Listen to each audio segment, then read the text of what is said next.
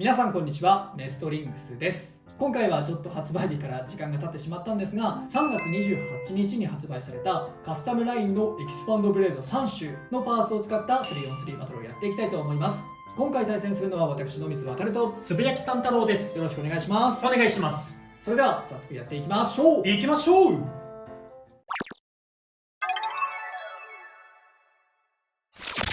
最初にシュートポジションを決めるじゃんけんをします。最初はグー、じゃんけんぽい。こっちでわかりました。お互いのファーストベイ。せーの、じゃん。ワルキューレブリッツ FH150T ラグナレイジ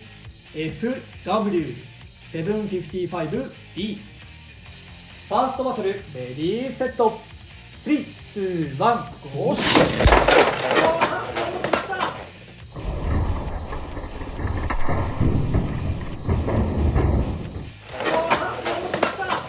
今のはちゃんと着地してましたね。よかった。オーバーフィニッシュ。ワルキューレブリッツに2ポイント。やったぜ。着地の一撃目ででかいの決まったのがよかったな。結構しっかりね、弾き飛ばされたっていう印象あったね。重さと破壊力がすごいよこのベイ。お互いのセカンドベイ。せーの、じゃん。エンペラーレイジ GF960K メテオドラグーン 760i。 セカンドバトルレディーセット。3、2、1、ゴー。激しいアタックみたいよ。いや、ちょっとなんか変な当たり方をしてる。さあ、ここから回転どうだ、逆回転の。そう、ちょっとね、離れすぎてる気がする。最初いや、ちょっとどうだ。あー、メテオだ。インフィニッシュ。メテオドラグーンに1ポイント。回転差がね、結構あるように見えたんだけど、やっぱりこの愛がね、イグニッションがだいぶ施設されてくれてる。ちゃんと立ってたね。ね。お互いのサードベイ。せーの、じゃん。バハムートフォートレス BE870H コバルトドラグーン 965Y。 サードバトルレディーセット。3、2、1、ゴーシュ。危ねえ。なんかいい位置に入ったけど、そういうバトルがしたいんじゃないね、お互い。そう、ドラグーンにイールディングがどれぐらい回転プッシュしてくるのか見ていきたいところでもある。結構弱めにシュートはしちゃったんだけど、じゃないとちょっとイールディングね、結構暴れるんだよね。そうなんだよね。なんかね、すごい膨らむからちょっと弱めにシュートしたけど、どうだ、そのせいで回転差はこっちだ。危ねいいフィニッシ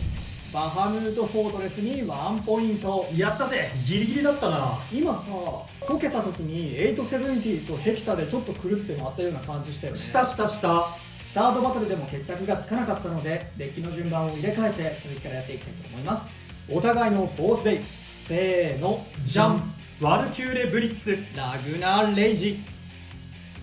フォースバトルレディーセット。3、2、1、ゴーシュ。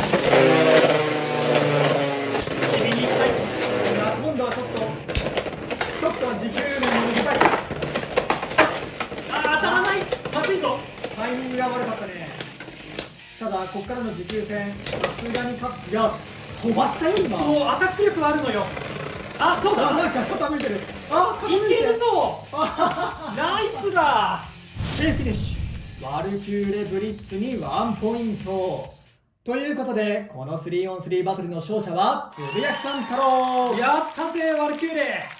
CX の悪いとこみたいなのが最後に如実に出てたね。すごい斜めになってたね、そっち。ボールは確かにね、そんなに捨て保持はしないかもしれないけど、起きれねえってなってた。最終的に自分が一番失速しちゃったね。はい、ということで今回は CX のエキスパンドブレードで登場した新パーツを使った 3on3 バトルをやってきました。いかがだったでしょうか。いやー、ちょっとね、こっちは負けちゃったんだけど、負けちゃったからさっきのねうん動画のバトルの一番最後の話の続きからやっていこうと思うんだけど、最後にやっぱこのラグナレイジ自分で倒れてしまって、その結果スタミナがなくなって負けてしまったっていう場面を見ることができたと思うんだけど、やっぱりねこの CX のエキスパンドブレード全体に言えることだとは思うんだけど、 CX のその傾きやすいっていう欠点とか、高さで相手の当たる位置とメタルの位置が合いづらいよっていう欠点はやっぱエキスパンドでも解決はされてないかなっていう、そうだね。印象はありますね。例えばだけどこのオーバーブレードの部分にアシストがついて下がメタルになったよとかだったらちょっと話は変わるかもしれないんですけど、サンドイッチするような形になったってことで、そこまで大きな欠点が改善されてるようなところは見えなかったかなとは思いましたね。その続きとしてこいつの話をしていくんですが、ラグナレイジね、スタミナタイプとして登場したブレードなんですけど、使った感想としてはねちょっとスタミナじゃないかなっていうのが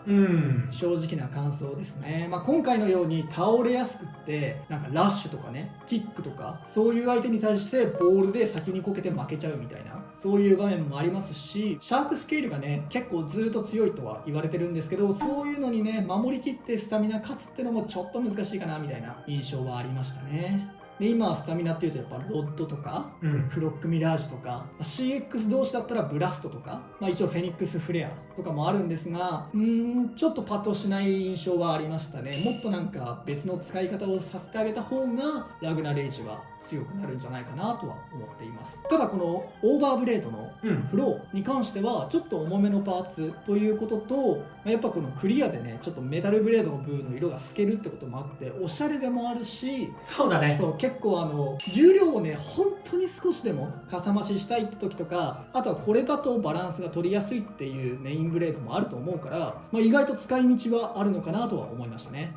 ラグナレイジつながりで言うとアシストブレードの新パーツイレイズも登場したんですけど、これはイレイズだけの話ではないんですけど、今回ナックルとかイレイズとかバーチカルとか新しく出たんですけど、アシストブレードの新パーツはなかなかねすごい個性持ってないと採用しづらいかなっていう風には感じました。っていうのが今までに出てきたアシストブレードが攻撃力が高くて重たいヘビーとか、防御力もスタミナ力もあるウィールとか、あとは相手の攻撃いなせるフリーとか、大体この辺がアシストブレード三種の神器なんじゃないかなって僕は思ってて、あの辺を超えるような個性を持ったアシストブレード出てこないとちょっと採用しづらいかもなとは思いましたね。悪いアシストブレードではないので、どんなカスタマイズで使ったとしてもそこそこ戦ってはくれるんですけど、こいつ使ったらめちゃめちゃ強いよみたいな感じにはちょっとなりづらいかもしれないなとは感じてます。でそしてね今回なんならこの新商品の中で一番結構いいなと思ったパーツが今画面に映っ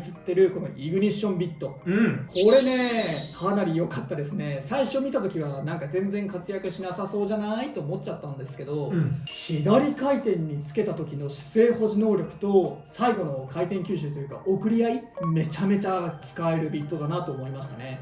メテオドラグーンみたいな最初はちゃんとアタックしたいんだよっていうブレードに合わせても序盤はアタック終盤は送り合いっていうのができるんで、かなりいいビットだなと思いましたね。そうだね、特にメテオドラグーンと相性がいい感じするね、これは。やりたいこと全部できるからね、序盤は殴って終盤は送り合いっていう。送り合いってねやっぱり姿勢保持が一番大事なので、回転吸収とは言われますけど、弱った方にお互いがこう回転力を与え合うので、今回の動画でも見たように結構もうメテオドラグーン側ヘロヘロだったんですが、相手のね回転力を奪って、でも一方的に奪い続けるわけじゃなくてお互いが同じぐらいの回転力になるようにお互いに与え合って最後なんで、姿勢を保持できるっていうのがやっぱり送り合いにおいてめちゃめちゃ重要で、